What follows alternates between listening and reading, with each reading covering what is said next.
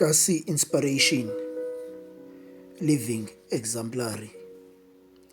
Ndicela uthetha ngemini yanamhlanje. Ndicela uyiyeke yayizolo kuba idlule. Ndiyiyeke neyangomso kuba hleze singayifumani sobabini. Kodwa namhlanje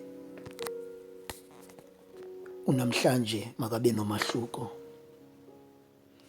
Injongo yam kukukhulisa, kukukhuthaza, kukomeleza ukuze uhlaziyeke emandleni. Ithi le nto uba iyakuhlaziya wabelane nabanye abantu ukuze yenze umsebenzi okumila kufana nalo iwenze kuwe. Kwilali ethile lihlela apha ixhego nomzukulwana ngakwivenkile yakwaGasela. Kuzawuvulwa isikolo esitsha, besahleli njalo kudlula kweli xhego inqununu yesi sikolo sitsha. Ithi emveni kuba ibuze impilo kweli xhego, lithi mandibuze xhego lam, banjani abantu bale lali? Libuze eli xhego, phofu libe liphendula umbuzo ngomnye umbuzo. Uthi banjani apho usuka khona? Uthi eyi ngwevu yam, hayi, banobubele, banothando, futhi bekunzima ukuba mabandikhulule ndihambe ngenxa yobudlelwane ebesibakhile phakathi kwethu. Kodwa ke bekunyanzelekile ndihambe. Lithe eli xhego kwinqununu, nabalapha banjalo. Yahamba le nqununu ichwayitile, inoncumo apha ebusweni. Ithi sandogqitha kusondele ngakweli xhego nomzukulwana,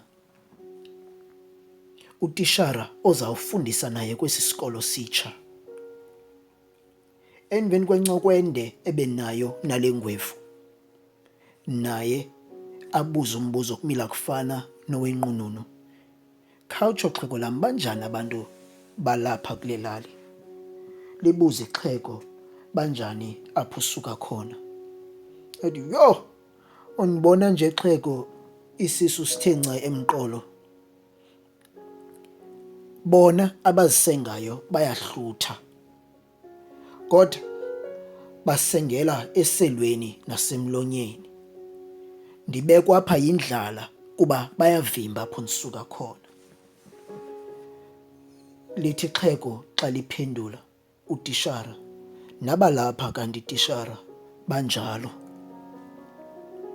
Wemka utishara ekhubekile, exakiwe umzukulwana, ujonga utatomkhulu uthi, hayi bo tatomkhulu, aba bantu babheka esikolweni sinye nje, utheni le nto bachazela izinto ezingafaniyo? Uthi utatomkhulu kumzukulwana, mzukulwana, abantu bazibona izinto ngohlobo bona abalulo, hayi ngokohlobo izinto ezingalo. Yasithela le nto kumzukulwana, kodwa wathula wathi cwaka.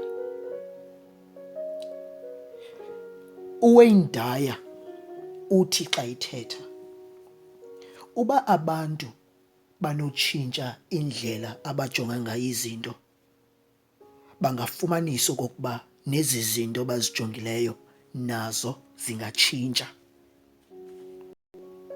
Uthi yena onye umbhali xa izama ucacisa le ntetho katatomkhulu, namhlanje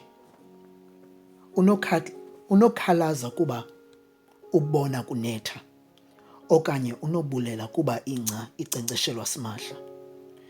Namhlanje ungakhetha utyhafa kuba uzibona ungenamali, okanye unogcoba usithi isimo sakho somnotho siyakukhuthaza ukuba ucwangcise kakuhle, le nto incinci unayo uyisebenzise ngendlela, ungadlalisi ngayo.